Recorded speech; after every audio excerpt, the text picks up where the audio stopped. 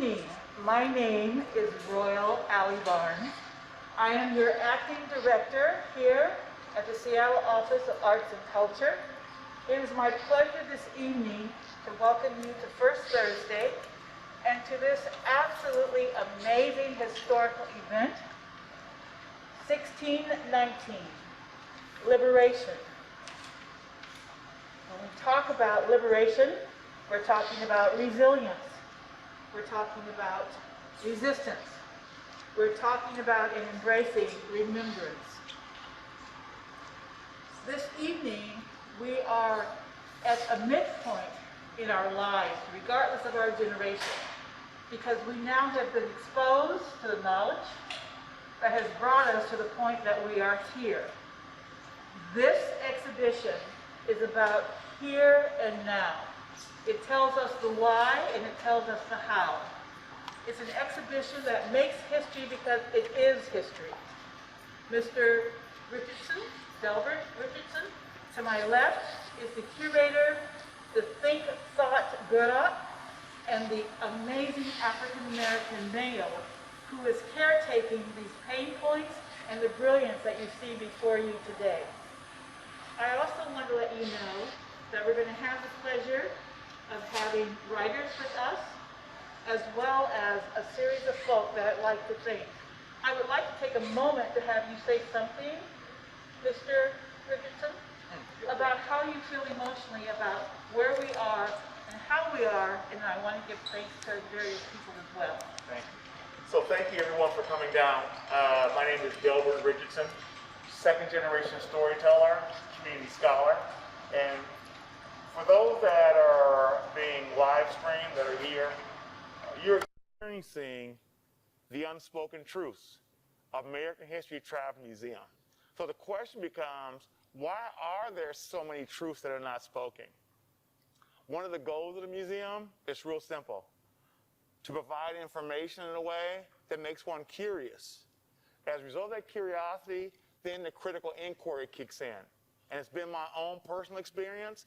Once I become curious, critical inquiry, then that journey of self-discovery starts to manifest. So the museum is broken into 4 sections: American Africa, American chattel slavery, Jim Crow, and the 4th section I call Still We Rise, which honors those African Americans in the areas of science, technology, engineering, art, and math. But the reality is, the museum is really my story. Born in 1954, if you were to look at my birth certificate, 9 chances out of 10 would say Negro or colored. That's how society had deemed me to be identified. Going to the University of Washington was transformative. Why? I was exposed to information. And the critical information I was exposed to is the continent of Africa.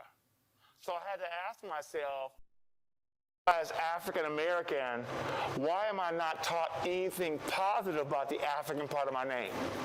So even though the museum is called The Unspoken Truths, American History Traveling Museum, I start with Mother Africa because what it does, it cements a healthy foundation of identity. Jim Crow and American chattel slavery are examples of what was done to us. It doesn't define who we are. And last but not least, the inventions is what I'm able to accomplish. So in short, Mother Africa is who I am, and the inventions is what I'm capable of accomplishing, and slavery and Jim Crow had 2 things in mind: keep me from who I am and what I can accomplish.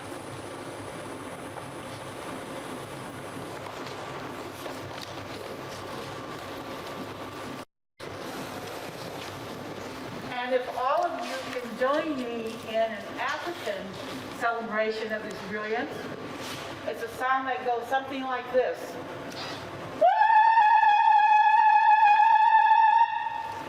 Can we join that together on the count of 3? 1, 2, 3. Beautifully done. I also want to share with you the names of the brilliant writers who have joined us today.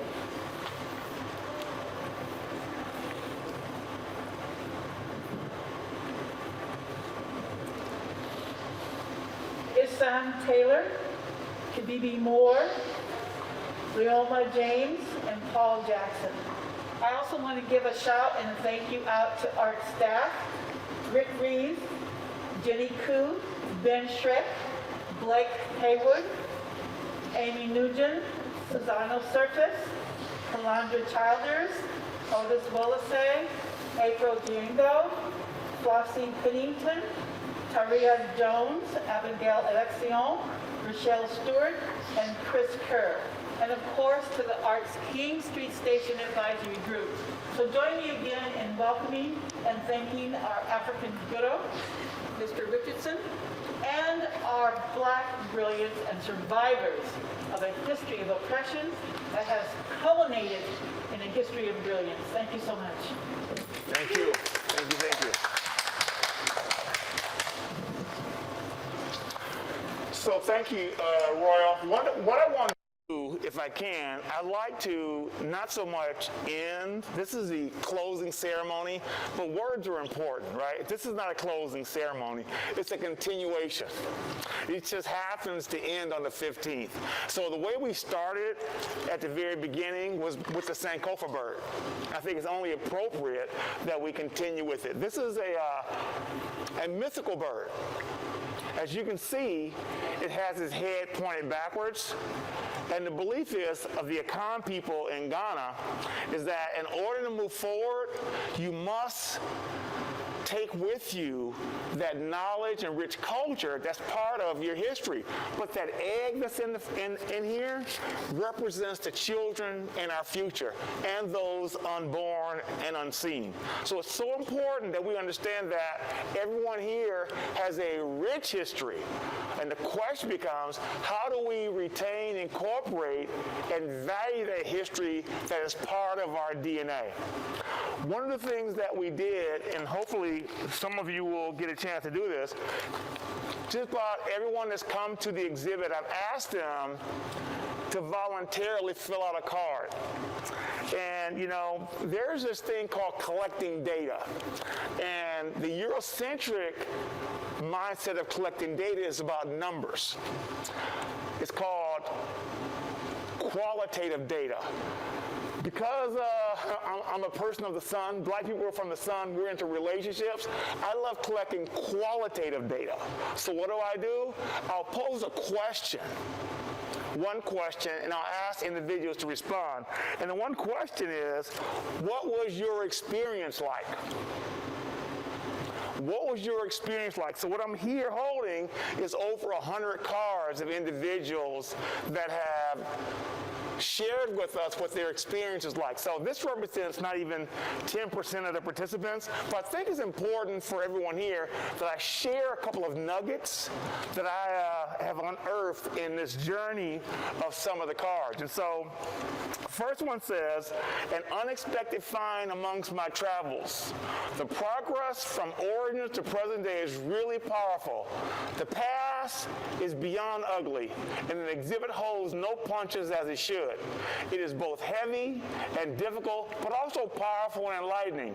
The finish of Celebration, Black Inventors in Science was personally a lovely touch, as a space for seeing all the Blackanauts was beyond wonderful. So this here, I'm so glad to share this, and she's in the audience. So Royal, this is a testament to your amazing staff. Someone wrote this, says, thank you for this. Rochelle, security guard, was really welcoming, and I enjoyed talking to her about what I've learned. Delbert is incredible. The exhibit is fulfilling and needs to be seen by everyone. Can we give Rochelle a hand, please? She's right back there. So I'm going to read a couple of more. It says, my experience was gratifying and educational.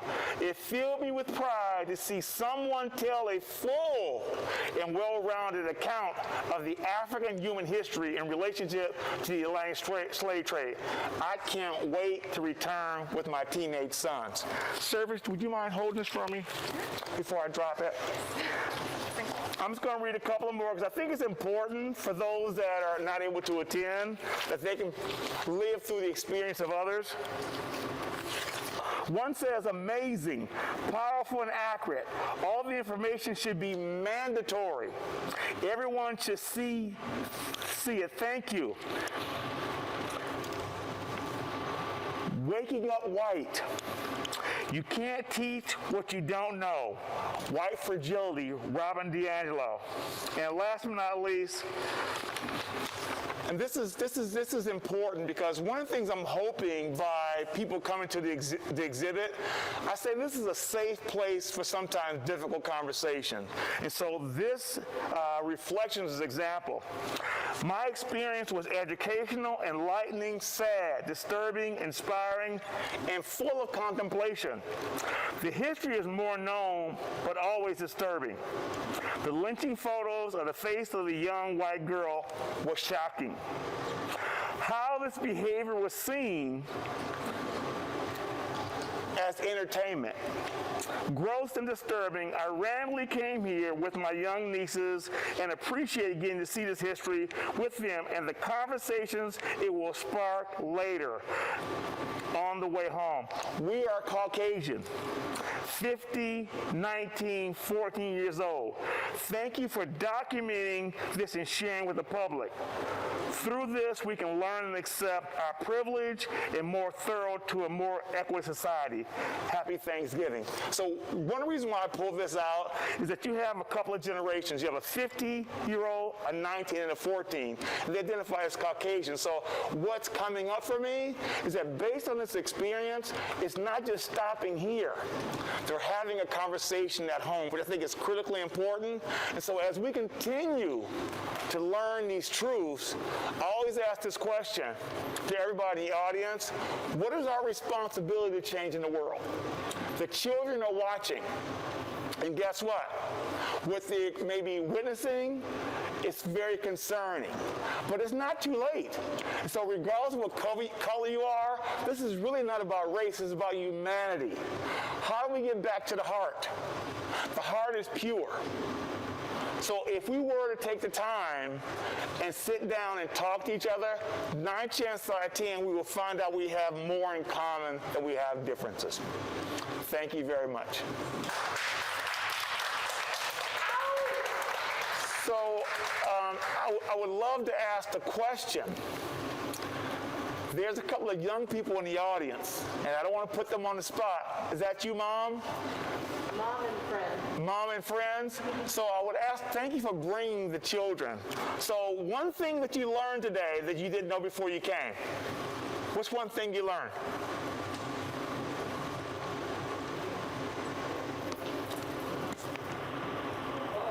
African Americans went through more than I thought they did. They said African Americans went through more than she knew. Did you get a chance to see the inventions back there? Did you know about those? So the question you must want to ask in your school, why aren't we being taught this? That's the question, because all this history is hidden in plain view. So important. So, any other comments or questions? I would love to put somebody on the spot right now, if that's okay. Hi, Surface. How has this experience been for you? It has been really powerful and humbling. A lot of it has to do with you and just your presence here and your generosity with your time and your wisdom with everyone who comes through, and how, I guess, personal and individual you make all of this history, and how you're able to tell the stories in a way that is so memorable and, you know, just to get people where they're at. Thank you. And thank you, Surface. And I think what's important about, and I'm going to make an assumption that Surface, you identify as Asian? Multiracial, yeah. Multiracial. So I start with Mother Africa, right? But I always make the point, if you're Asian, Latino, Latinx, you're from the Pacific Islands, we have something that's in common. We come from a rich culture and rich heritage and rich history. So I asked them, just replace Mother Africa with your continent or country of origin. That's what we have in common. And you know what else we have in common? Being oppressed by the dominant culture. So, Surface, the inventions represent you and I. Because of what our ancestors endured, what they had to sacrifice, we now have a certain amount of privilege that's sometimes not talked about. So now the question becomes, Surface, how do we prepare our shoulders for the next generation? And I think Kingstree has done an amazing job of providing an opportunity for us to start thinking about where do we go from here. So thank you very much. So, the question is, would you all like me to take you through the museum for a storytelling session? That's a question.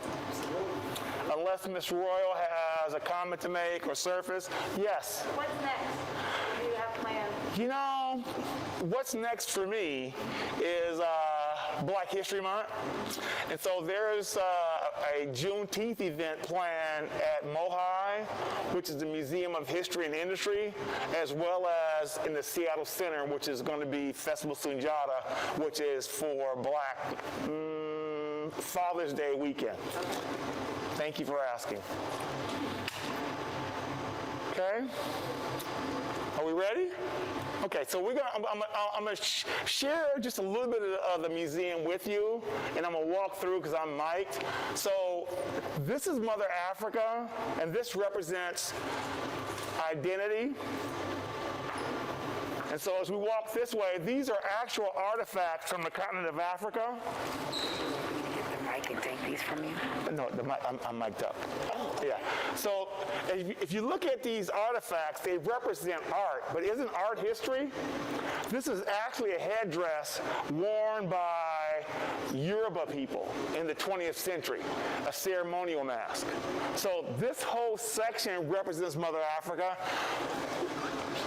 Probably the one important piece about this section is right here.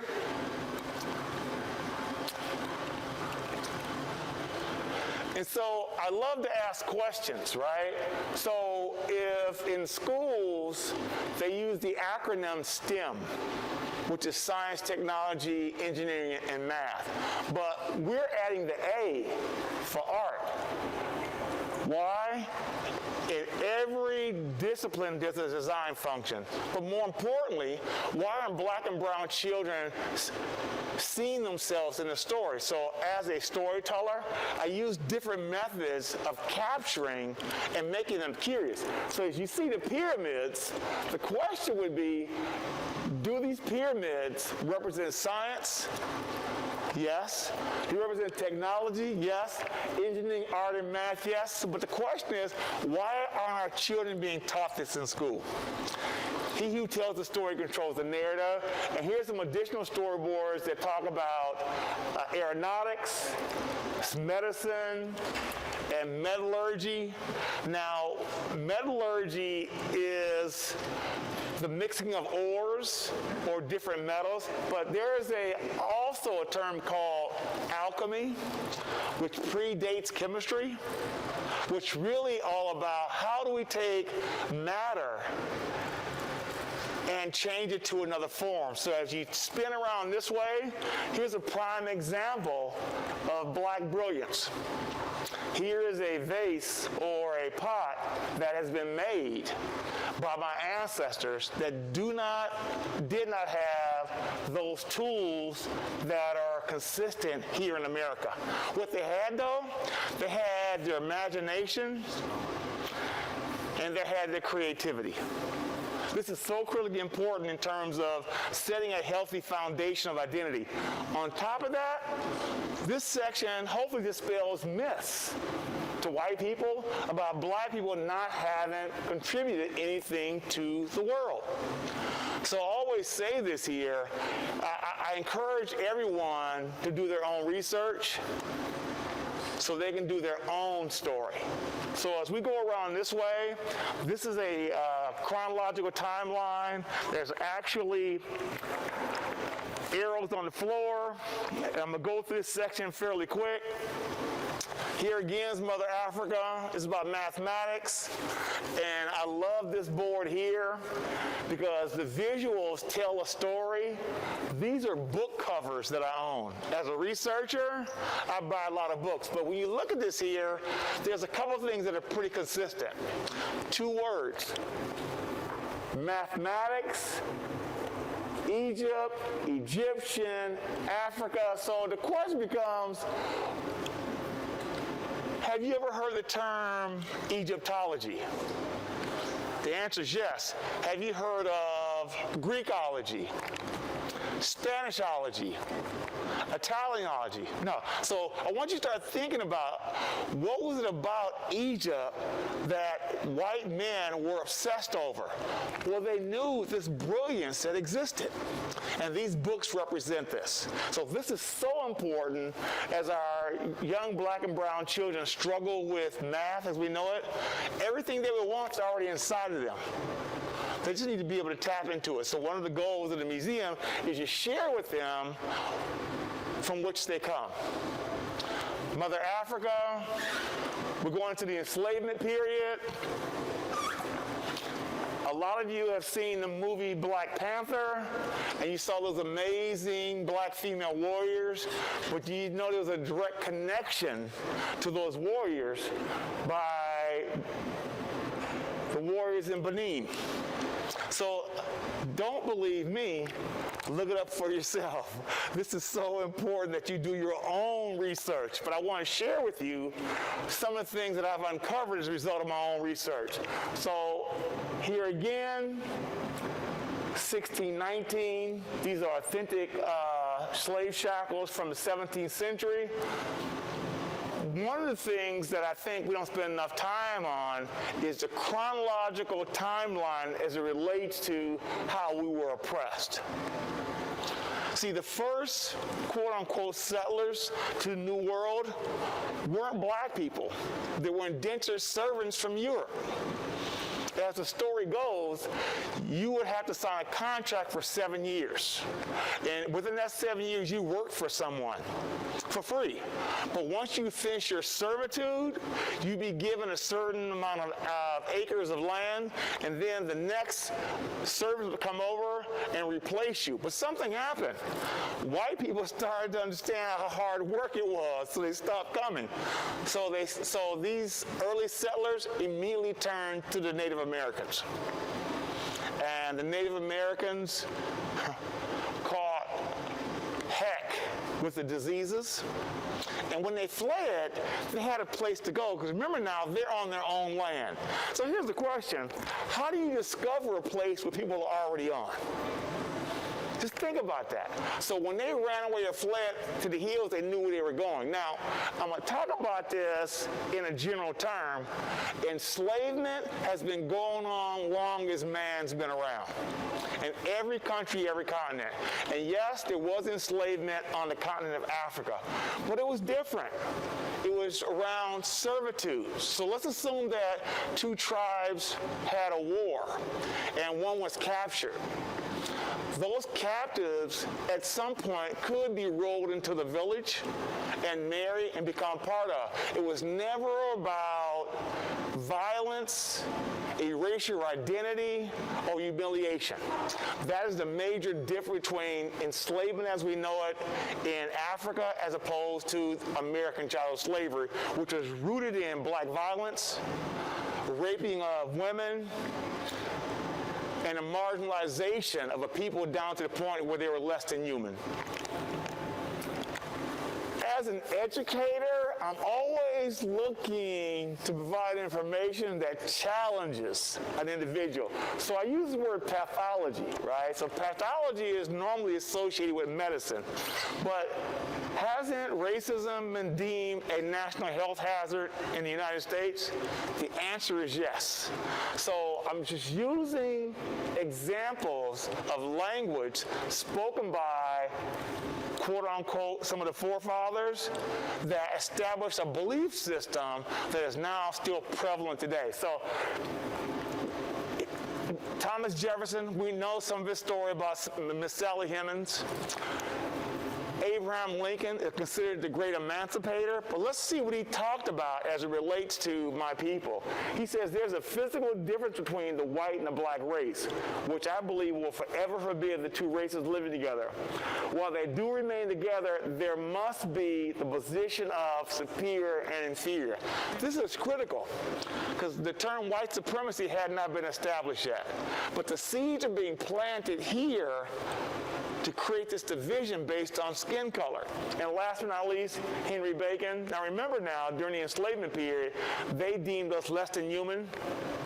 We have, as far as possible, closed every avenue by which the light may enter the slave's mind.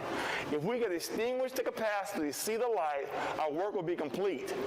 They would then be on the level of beasts of the field, and we then should be safe. So there were dirt poor white people during the enslavement period. But they had one thing going for them. They would say, yeah, I'm poor, but at least I'm not black. So you see, that was the consciousness by which this pathology implanted in a lot of white people's minds. So as you spin around here, this is where my ancestors were brought over, stolen from their land. The top represents what I call a tight pack slave ship, and the bottom represents a loose pack slave ship. So we were considered less than human or commodities.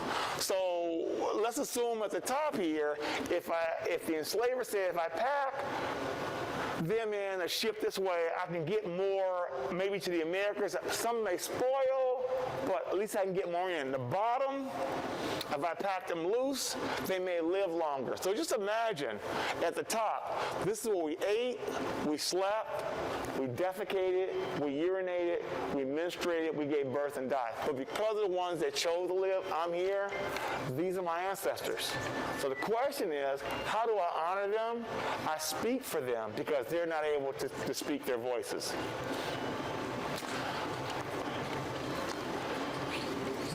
Storyboard here. I don't have my pointer, but what I'm really trying to tell here in terms of a story is so often when you hear the word Americas, we think of North America. But I want you to be clear that South America and the West Indies were all considered the Americas. But I want you to look at the numbers of the enslaved. Here's 5 million here, and the West Indies is 4.5. That's 10 million of my ancestors. But look at the Northwest. Look at North America. 500,000. Brazil got more of my ancestors than any other place in any other place in the world. And that's so important. Why? Because of these commodities here. This was not about anything other than capitalism. So these were the products that were a part of these coastal regions. And it's so important that you understand that this is all about money, capitalism. And here again, the color of money.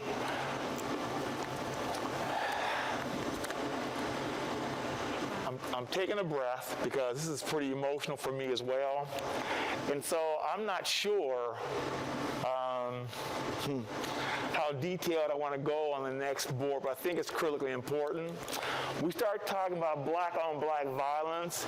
You see the question mark? The question is it black-on-black violence? Let me tell you what I see. Let's assume that this is me on the ground, and that's my dad. It was common practice for the enslaver to have us inflict pain on each other. So as a father, I knew that if I didn't take this whipping, he was going to get whipped. So what would I do as a father? I would take the whipping. But what happens when my son helps me up and I say, son, why you beat me so hard? You think that strengthens the relationship? No, it does not. Let me tell you another story. Let's assume that's my wife. And these are common practices during the enslavement period. This is my wife, and he raped my wife the night before in front of me. How do you think I feel as a man that I can't protect my wife? How do you think she feels knowing I can't be protected? What does that do with the relationship here? So this to me is critically important for us as a people to start thinking about how historical and intergenerational trauma is still impacting us. But here's the psychological piece. Let's assume, based on this rape here, that she becomes pregnant with a boy child. She's going to raise that child to be subservient, docile, and submissive. Why? She is not going to want him to endure this here. So this is a perpetuation. And last but not least, that's the socialization. It's just something that they've become accustomed to. So this is critically important. And so it's not black on black violence, it's white on black violence. So one of the things that I wanted to incorporate in this exhibit is a term called black love, a form of resistance. So I have some artists here, right? So when you hear the term black love, a form of resistance, here's an example around the other side. But what I wanted to show here, though, is that there were these presidents that owned quite a few of my ancestors. And here's a book that I developed that shows the price of a pound of flesh and selling females by the pound. These are actual images out of a book. So this is what was done to us. This is not who we are. And this is so critically important for children and young adults to get an understanding.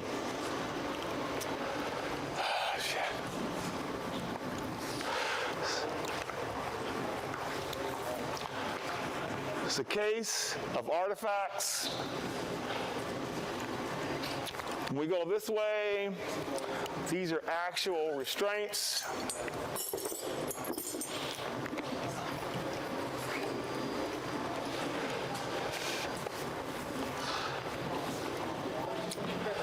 I want to bring you down here. This is an actual altar that was developed. And this altar is for the millions of my ancestors that lie at the bottom of the Atlantic Ocean.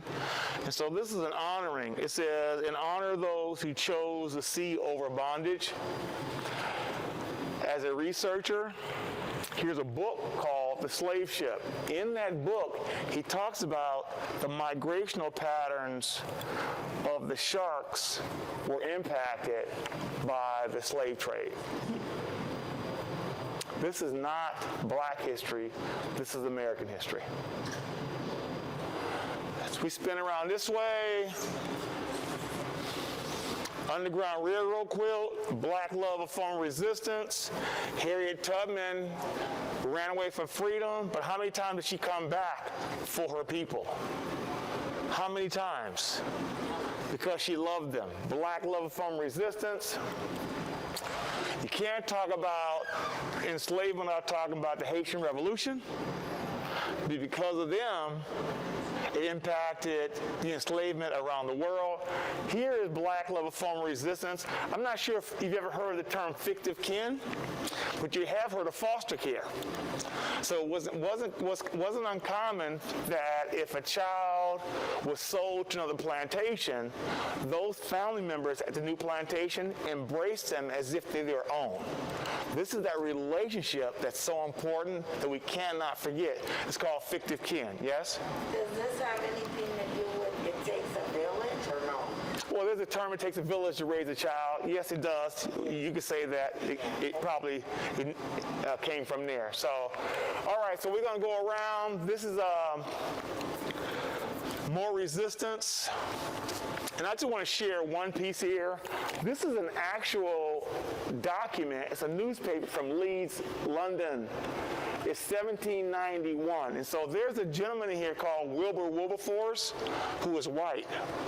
He was an abolitionist. So for 30 years on the floor of Parliament, he spoke out against enslavement. So this was not about race, this was about humanity. So I asked white people, what was it about him that he's willing to risk everything for humanity? And what's your part for also stepping up in a way to do that? So I don't do allies, I don't do advocates, I do abolitionists. So we're going to come around here.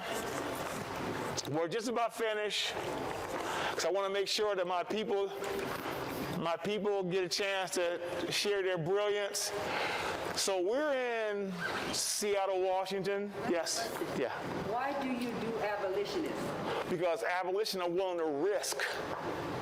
They're willing to give up something for the good of humanity. Allies, in my view, advocates have a choice, but abolitionists have said, for the most part, I'm here. They'll die with you. Yeah, I'm here to sacrifice. So here is Jim Crow in the Northwest. A lot of times my white friends want to say that this happened down south, but here's actual images of the Klan in Seattle, Bellingham, Cedar Woolley, and here's an actual lynching in Tacoma. Racial covenants. They had one thing in common. If you were black, Asian, Jewish, you couldn't buy property in these areas.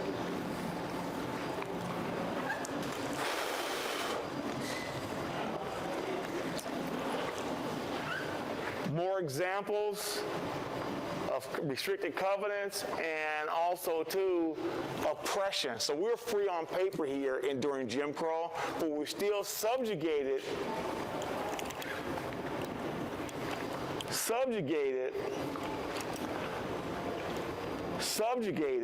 regardless of our status.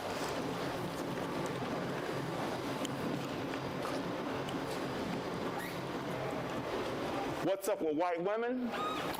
So there's this storyboard called Complicity. So what I'm really asking the question, what is and what has white women's role been of upholding racist systems as a result of their own internalized oppression and sexism as a result of white males?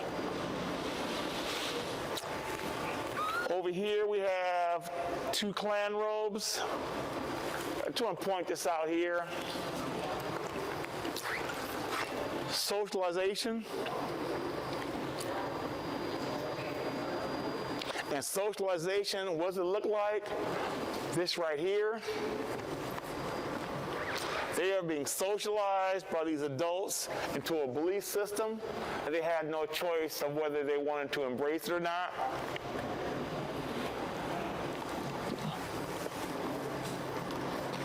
The Black Panthers, another example of black level form resistance.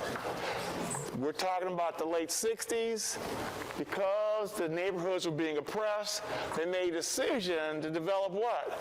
Feeding programs, medical clinics, as well as self-defense. Excuse me? Food bank. Food banks, yes. The new Jim Crow, I just want to go through this very quickly. Is there a difference? That's a question that you must ask yourself. If we make up, black and brown people make up 13% of the population, why do we make up 40% of the jail systems? Here's those questions I keep asking. I keep asking those questions. And the section to me that gives me the most joy is this section over here, which is black inventors and inventions. This represents innovation, perseverance, intelligence. And so I just want to go through a couple of these. So I ask young people the question, do you know who Bill Gates is? And they'll say yes. But do you know who Mark Dean is? Mark Dean owns 40 patents for the PC, and he's still alive. The next thing I ask them is, have you played a video game? They say yes. Mr. Gerald Lawson was on one of the original design teams for the console that the cartridges went in. And last but not least, almost all of us have a cell phone. Ms. Donna August was on one of the original design teams for the Apple Newton computer. So when these children see themselves, they see the possibilities. So behind you is an amazing exhibit called Blackanauts that one of my good brothers, Mr. Isom, had put together, and I think he'll share that with you. Again, with the NASA program for the very first 35 years, blacks were literally excluded. Although there was one who was selected, Ed left the astronaut corps under pressure that he said was racism. Here we have a selection of 10 different profiles of the 15 who have flown and 24 that are on the NASA Corps of the Blackanauts. There are 2 Blackanauts that are not a part of NASA. One is Sean Proctor. Dr. Proctor recently piloted a rocket ship to space. She's the first black woman astronaut and first black commercial pilot for any rocket ship. And the second one that didn't fly for NASA was in the recent Dragon, Michael Strahan, who went above the line delineating space. He too is a Blackanauts. And there are others, but here again we only have 10 of the total 24 profiles. Each magnify one of the astronauts, their early history, their accomplishment, and any of the missions if they did fly on a NASA flight. Thank you. So, ladies and gentlemen, I want to bring to you an icon of West. Yes, my sister Kabibi. There used to be an organization called Black Arts West off of Union Street. Yeah. At the 60s. 34th and, yeah. 34th? And Yeah. it was founded in 69, went down in 70, and I brought it back in 82. You did what? Brought it back. You did what? I brought it back All right. as new. Okay. So, as new Black Arts West. Got you. So, that's NU, not NEW. got you. So what she's going to do is share. I'm going to share a rap, actually, that I wrote in 1985. Excuse me, y'all. My name is Lynn. Do you know who invented the fountain pen? William B. Purvis, 1890. I was born a Leo. That makes me a lion. I'm glad I got an ironing board so I can iron Sarah Boone, 1862. Check out a hound dog's ears. See how they flip-flop? I bet you that's how they invented the mop. T.W. Stewart, 1893. Some call me the professor, and I know who invented the push lawnmower. J.A. Burr, 1899. I got a friend, they call him Big Red, and he could tell you who invented the folding bed. Leonard C. Bailey, 1899. Hang your clothes on a clothesline wire, or use the invention, the clothes dryer. G.T. Sampson, 1892. When I get old, like I am now, I will have made a mint, and I bet you I'll be using liniment. Snow and John, 1890. You know, I don't think there's anything greater than the man who invented the refrigerator. J. Stanford, 1881.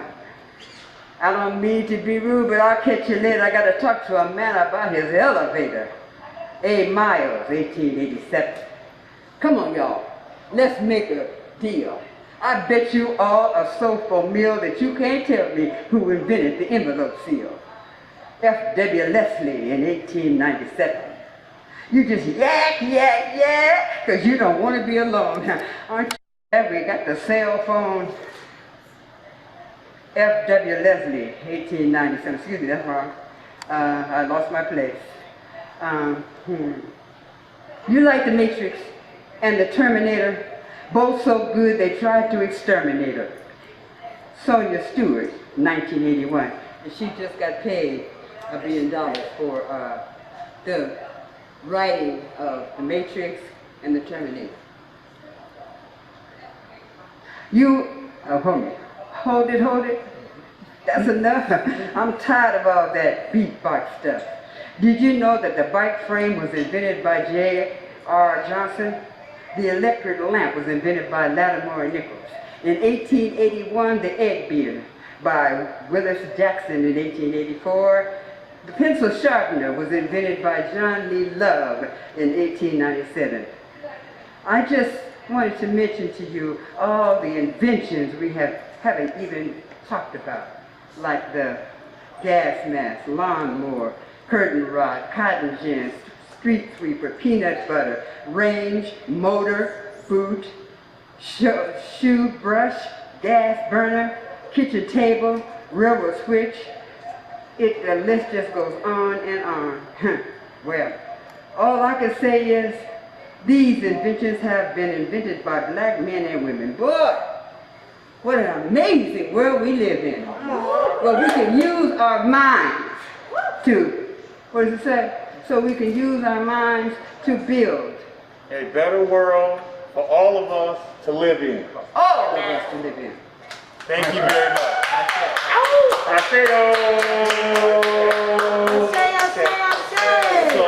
Hello everyone, my name is Leoma James, and I am the youngest member of the African American Writers Alliance. So I wrote 2 poems today. The first one I'll read is about this image, Strange Fruit. In particular, it's about this young girl right here, in this image that is it's a very heartbreaking photo. So this poem is called Trust. Excuse me, I'm a little nervous. Trust. I spent a lot of time being angry at the white man without acknowledging that his partner smiled when we were beaten, was jealous of our hair so we were forced to cut it or cover it up, smiled as our friends but never protected us. And it's hard because there are some white women that I love, but I just don't think that they would really stand up. If it was the 1950s when it wasn't cool to be cool with us, would you still be my friend and forget the politics? There is an image in my mind that's still ingrained of a white girl smiling as a black body hangs. A story was told about him that wasn't true, and no one stopped the killing, but the white women knew. There's a part of me that's still scared about the lies that are told that paint black women as being cold, ugly, angry, and rude, with no acknowledgement of the pain we endured. I always wondered if they asked the black men they date, how come they don't like black girls and smile if we're shamed? How can they be so nice but in private ignore our work? How can you be so cruel when a black woman birthed the earth? Thank you. This poem is about the redlining that occurred in Seattle and still actually occurs in Seattle, whether people like to admit it or not. It's called How Free is Freedom. We marched on stolen land. In a neighborhood they drew red lines to keep us in. You will never know the power of a pen until it raises the value of the lot your house is sitting in. Because who cares if it's the place you spent time reminiscing in? Because it's the house your father married your mother and it's where their love story and your life begins. And Uncle Jim doesn't care about the lives he would impact. No consideration for the community or any desire to give back. No understanding that the generation that comes after will never know the culture or the people they're so eager to subtract. We are the reason they want to live here, and that's a fact. We say no justice, no peace as we march down the streets, while there are people sleeping comfortably in the place where my grandmother's house used to be. And they don't even know her name. They don't know how she laughed. They don't feel our pain. Little progressive Seattle, fighting for social matters since the first gay mayor was elected and the crosswalks has rainbows splattered. While we let the cops walk free that killed Charlene in front of her children, or Victor Duffy, who was beaten, tasered until he died, or Sean Furr, who was killed with his baby in his arms. Seattle is not excluded from the racist practices that exist. The unspoken truth gives you history you can't dismiss. I felt love living in a place considered ghetto, that's now whitewashed from the city to Othello. I drive by and see Black Lives Matter in the window, while none of them care that reparations are still in limbo. They tell you every other story that they can about the land, but there was still a time where black skin couldn't live on Queen Anne. And here we are doing everything that we can. But how free is freedom when we live on stolen lands? Yes. Thank you. So can I ask the question? Yes, sir. Why?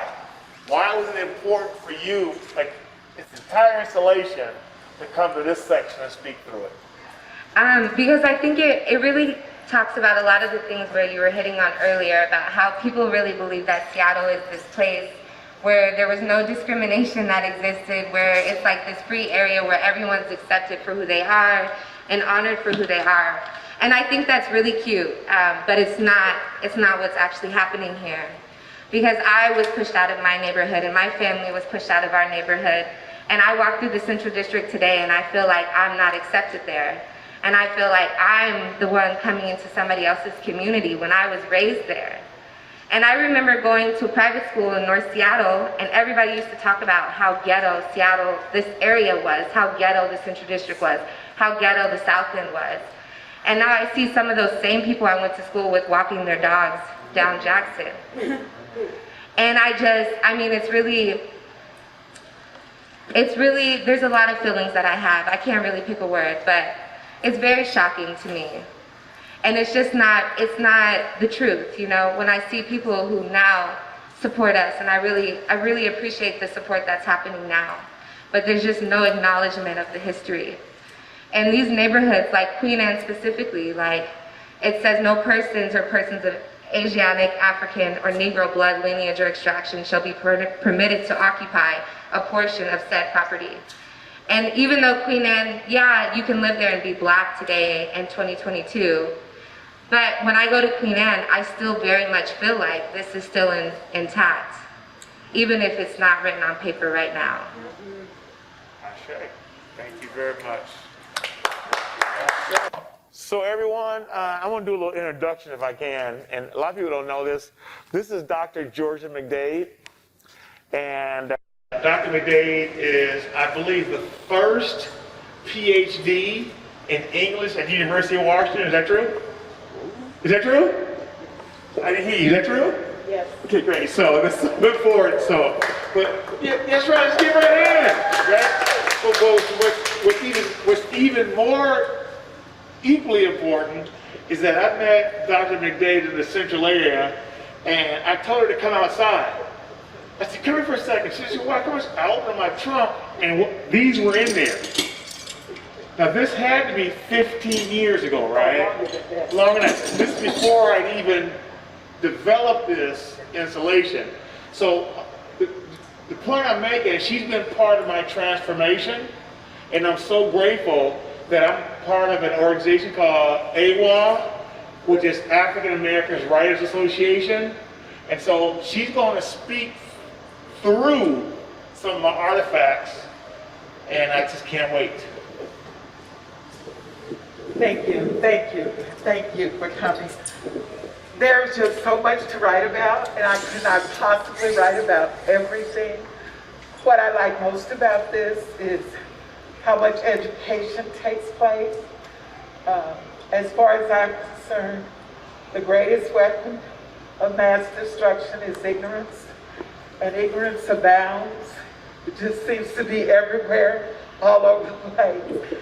And this exhibit is one example of getting rid of at least some of the ignorance. So there's much I'd like to talk about, but we have 5 to 10 minutes and I want to stay on time. So I have selected 3 items. I don't remember the first time I saw pictures of shackled Africans for sale. But I knew it was wrong. I knew it was bad. And as Mr. Richardson said, we met, we were just talking, and he said, "Come on out to my car." And I couldn't believe he had all of these. And just think about how small a risk must be to get in some of these items. So it wasn't just the adults that were shackled. Those people shackled children too. Just think. And for some reason I thought about Roots the other day when Kunta Kinte says, Fiddler ain't gonna never know what it's like to be free. And I think about all of the people who never knew what it was like to be free. And we count ourselves among those who know what it's like. And today, the shackles don't look like this, but in so many ways, we are still shackled. But they're coming off. Yes. They're coming off. Say it. They are coming off. I really believe that. I see it all the time. So take a look and imagine what it must have been to have something like this on your wrist all the time. Think about what kind of individuals who very often said they were Christians did this to other individuals. Okay? Thank you. Thank you. Okay, so, lynching. So if I could just share something real quick. Dr. McDade was talking about children. What is Dr.? I want to show you what she's talking about. So look at the size of the opening. Okay? So this is I call it a torture weight, because the reality is it wasn't so much about inflicting pain, but humiliation. Just imagine, see how small this is? Who has an ankle this small? A child. So what would possess someone to do this? And last but not least, this is the part that we don't talk about. These are called runaway collars. So the enslaver would put these on our ancestors. Why? We ran away on a regular basis. What we should do though, we should put mud on here and run anyway. That's the part of our history that's not talked about. We did not go quietly. We resisted on a regular basis. So I want to share that with you, okay? I just got to acknowledge something. Everyone here, some of my family is here. This is one of my nieces. And these are my great niece, my great nephew. So here's 3 generations. And so I always talk about what's my responsibility to prepare shoulders. Well, my shoulders, she's on my shoulders. So now what we're doing is we're preparing their shoulders for the next generation by sharing with them some of the histories that they may never learn in school. Can we give them a hand, please? Yes. Thank you.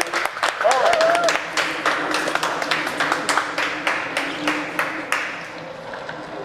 Okay. This is a popular one here.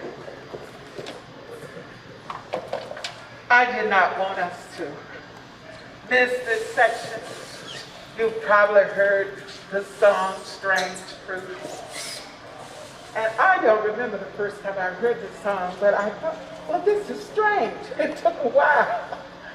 And ever since, nobody can sing that song the way Billie Holiday does, but the voice, you can feel it. And the first time I came here, this is my 3rd time, and I hadn't seen much of it.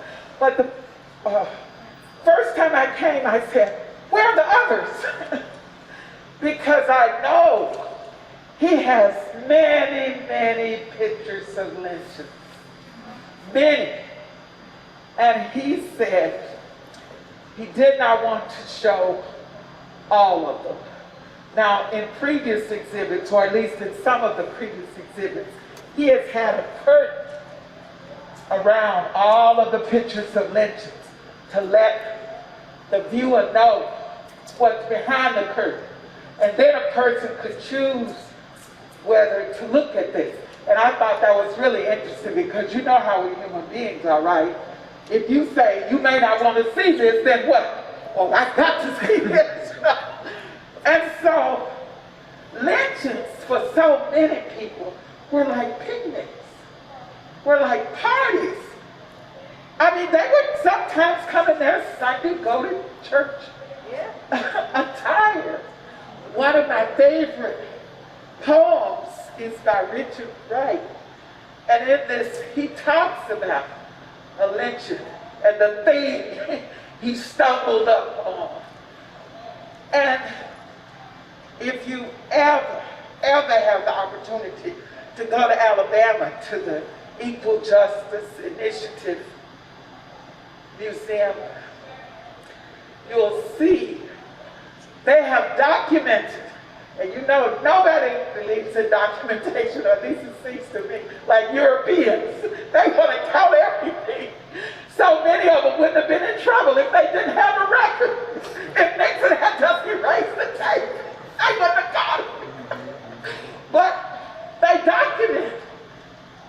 And the EJI documented over 4,000 lynchings. And my math tells me if they documented 4,000, it's probably at least 6,000 hung, maybe even more. Yeah. And some of them were mere children. They tell how old they were, they told where they came from. And sometimes a woman would protest her husband's being lynched. And one instance I remember, they lynched this pregnant woman because she was complaining that they were lynching her husband. And it didn't matter that they were innocent or guilty. So often the crime was just so very, very tiny. I know of someone who went to detention. It was supposed to be detention. But in some of the states, detention is worse than prison in some of the other states. And this person and his friend, 15 years old, were working for a man. And this is a white man, and this man did not pay them. So they broke into his house. They're gonna fix him. They took 2 45s, so that dates it a bit. You know what 45s are, right? The records. Then they took 2 steaks. And they cooked the steaks at this man's house. 15, remember, they were only 15. Of course they were caught. And one's mother worked especially hard to keep her son from going. So finally she went to the white man, who admitted he had not paid them. And he had no idea they would be sent away. So he went to the police and said, I'm going to drop the charges. And the police told this mother that he couldn't drop the charges. So these young men spent 6 years incarcerated for this. Now imagine you're 15 years old, you're taken from your family, and you're put in a situation like that. So here we did not have a physical lynching, but we had a mental lynching, because you know this changed their lives. And in so many ways, so many men, women, and children have been lynched. And innocent or guilty doesn't really play a part. It's all about power. I can do this, and so I did this. So I wanted you to see this, and I hope the next time we have an exhibit, all of those hangings are shown. And I understand his rationale, but I think if our ancestors went through so many of these things, other people ought to know, ought to see. This is why we talk about systemic racism. And I don't want anybody to leave here thinking there was this one lynching. I want everybody to know that there were thousands of lynchings, and they were not all in the South. That's another myth we have, but rather all over the country. So I wanted you to know about this, okay? This is one of the newest pieces of the exhibit, and it's done by one of my dearest friends who's out of the country now. And I said, why didn't you tell me about this? How did you come to do this? And she said, Delbert said, I need a quilt on my contract. And this is what she came up with. I want to wrap it in just keep it close to me. But I never do that because I want people to know about this. She has two very important groups of words here for us. Both of them complete thoughts. Black Lives Matter. If you are here, I think you know that. And I can't breathe. It's interesting. I'm breathing now, but this is not comfortable. And I think about what Eric Garner or Ellison in Tacoma, all of the people who have said, I can't breathe. And it doesn't stop the Derek Chauvins of the world and keep it impressed down. So many ways we can't breathe. But she started up here with Molly. When a Malian came to what we call America and traded, he never ever said, I discovered America. Because he knew he had discovered America. We know this middle passage. And then you come here, and a lot of people don't know about the resistance. If you read some history books, you would think that all enslaved people loved being enslaved. And they never did anything. They never did anything to escape, because it was just so wonderful. But you need to know, and this is one of the saddest ones. These people decided, once they took control of a slave ship, that they would rather walk into the water and drown than go back as slaves. I don't know how many black women drown their babies because they'd rather have them dead than slaves. You may know about Masada. How many of you know about Masada? Okay, 2 or 3 people. Most of the time, or many times, I'm in groups where everybody knows about Masada, where there were all of these Israelites. And they decided, rather than be captive, they all killed themselves. That is silly. But it's just an interesting something. But I'm here to tell you that they were not the only people who did that. And many, many Africans, later African Americans, killed themselves rather than suffer the indecencies of slavery. And then here we go to another one over here about Freedom International Day. And, okay, just as one little something. The number of people who ran the country, started the country. See, I'm one of these people. I didn't want them to take the monuments down. Now, don't get me. But I wanted the monuments to stay. But what I wanted, as the English teacher here, was to put footnotes on the monuments. People need to know that George Washington was one of, I believe it was 12 presidents who enslaved you. That nieces, nephews, the presidents, they're all of these people. So you can't take Washington's name off everything that Washington's name is on. Do you know just about every city, well, at least every state has somewhere named for Washington?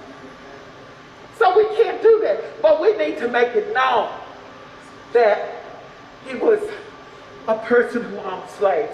Now, I'm running out of time. This section is just the black massacres. Only recently, some of you have learned about Tulsa. But look at all of these examples. And again, they are not all in the South. Now, I'm from the South, and I'm not defending the South. I just want you to know that there's a reason we say systemic. It's not just one part of the tree. It's the whole tree from the roots up. And then we get something over here. Some of us, many black people, did not like the Black Panthers and what they stood for. But that's because we didn't always know what they stood for. Because the press didn't tell us what they stood for. Well, we're blessed to have Aaron Dixon here, who has managed to educate a lot of people. And then, I love, you know what this is, Kamala Harris. So we go from this top down here, and I wanted them to have, I have to tell her, she needs to have that picture of Ruby Brooks. Remember how the Ruby Bridges. Ruby Bridges, I'm sorry, Ruby Bridges was being led by security, protected, when she integrated schools in New Orleans. And then you see the Obama girls. Oh God, he's brought us a mighty long ways. Okay, but we've come a long way. Very quickly, on this side, you see these little things that we aren't supposed to touch. What this woman, Lou Rochelle Graham Atkins, has done is include the names of people who were lynched on the one side, killed on the one side. And on this side, she's included the names of people who were, she says, their killings, their murders were sanctioned by the state. Every time a policeman kills somebody, and they say, the policeman's favorite line is what? Do you know what they always say? I was afraid for my life. Don't you know we're the ones who ought to be afraid of our lives, you know? Yeah. But she put all of this. You need to look at this quilt and you need to think about this quilt.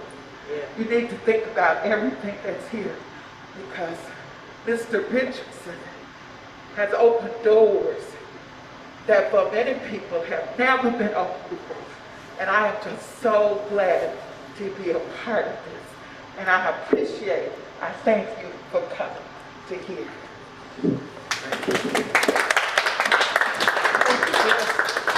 So what I'd like to do in closing, and thank you, Lou Rochelle's in Mexico, darn her, and it's warm there. So I just want to read this, because she did this with love, but she really wanted to make sure she told the story. So we talk about sanctioned police murder. That's a form of lynching. So it says, this Black Lives Matter quilt was created for black, white, and red fabric purchased in Togo in West Africa, and was the backing fabric. The hanging tag portrayed two of the harsh realities for black people in the U.S. On the left of the quilt hang just a few of the names of thousands of black children, women, and men who were lynched in the U.S. by, quotations, good white people. People who go to church on Sundays, to their offices and jobs during the week, and home to their families at night. On the right are just a few of the names of black children, women, and men who died by state-sanctioned murder by white police officers. The new lynching. 28% of unarmed victims of murder by police have been black women, and 36% of unarmed victims of murder by police have been black men. There is a continuous, in quotations, rope behind the quilt that holds the tags, symbolic of the continued violence perpetuated against black people in the U.S. Equal Justice Initiative researchers is the most comprehensive work done on lynching to date. Documented, this is important, documented 4,075 racial terror. But what about the ones that aren't documented? Between 1877 and 1950, at least 800 more lynchings of black people in these states than previously reported. And those are just the lynchings they have uncovered. Since 2000, there's been at least, listen to this, since 2000, there's been at least 8 suspected lynchings of black men and teenagers in Mississippi alone. According to court records and police records, according to the August 8, 2020 Washington Post article, lynching in Missouri never stopped. And this is a quote from the Billie Holiday song. American trees bear strange fruit, blood on the leaves and blood at the roots. Black bodies swinging in the southern breeze, strange fruit hanging from the poplar tree. We must say their names. The pictures on the quilt speaks of our pain, yet the foundational role is proof of our resistance, our resilience, conquering spirits and promising futures. Think of all the talents lost to the nation and to the world through racism. Black Lives Matter. Black people are resilient. as can be seen in the foundational role of quilt. When encouraged and allowed space to breathe, we become who we are meant to be. Little black girls become prima ballerinas or vice presidents, even in the shadows of Ruby Bridges. Little black boys become astronauts or blackonauts and pilots and presidents. We are, and I love this, we are the ascendants of those who chose to survive the trauma of the Middle Passage, of Reconstruction, and of Jim Crow. We are our ancestors' wildest dreams. As Janelle Marie says, we are more than our trauma. We are more than the worst thing that ever happened to us. We will not be erased because Black Lives Matter. Thank you very much.